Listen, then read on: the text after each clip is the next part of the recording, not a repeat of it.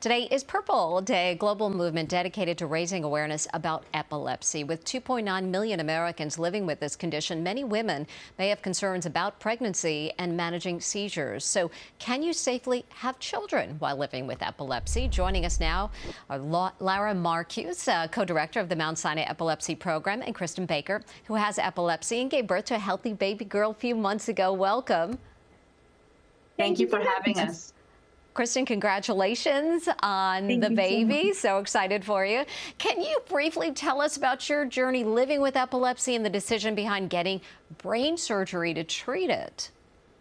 So my first and only grand mal seizure was when I was 26 years old. I was in nursing school. And over the course of 6 years, I had scans, tests, and my doctor at the time didn't see any seizures, so he thought I was faking, which was infuriating.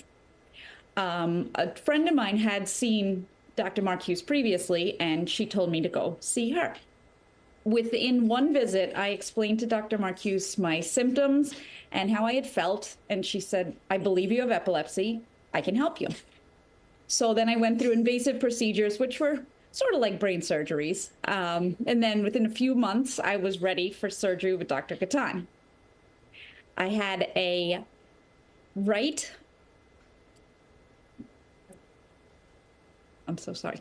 a right temporal ablation, and then a right temporal partial lobectomy.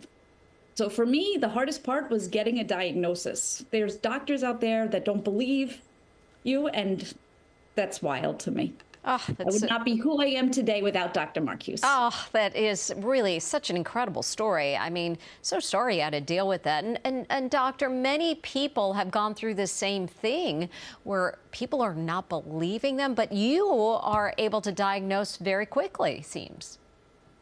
But you know, the symptoms of seizures are just so varied and diverse, and I think it takes a lot of experience to kind of be able to recognize that.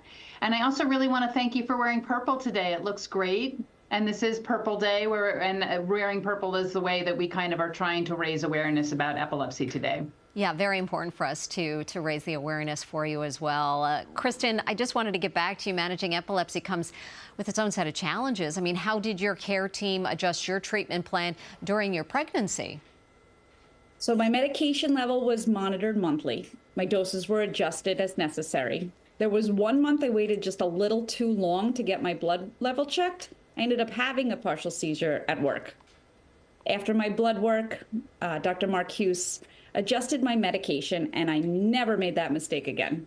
I was also advised to have an epidural during delivery to eliminate some stress, as stress is one of the triggers for my seizures. Well, how is the baby doing? She's fantastic. She's perfect. How wonderful to hear. And doctor, what should women with epilepsy consider when it comes to medication and seizure control while pregnant?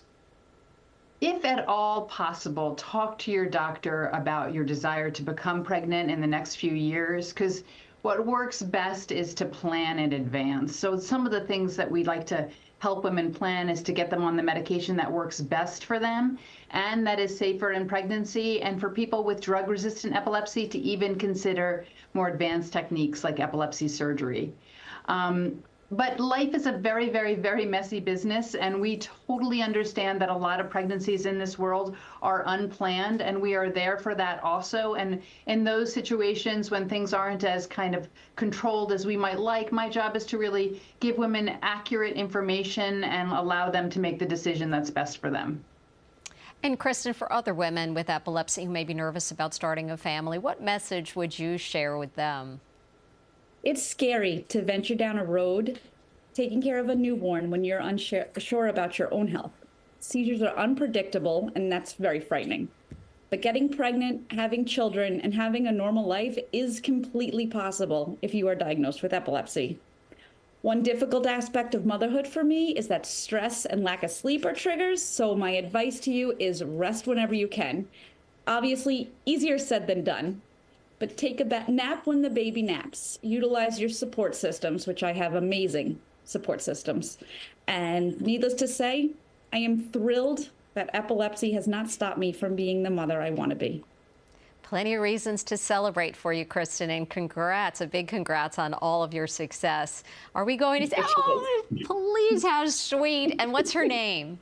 Chloe Taylor. Chloe, you are beautiful. Look at you with your bow and your big smile. Oh, we're just loving this. Thank you so much. It's so nice to meet you both, and all the best. Congratulations on all your success. Really quite incredible. And Doctor, thank you so much. Thank you for what you do for women. It really means so much to so many. Thank you. And you can learn more about epilepsy at purpleday.org. You're streaming CBS News New York. We'll be right back.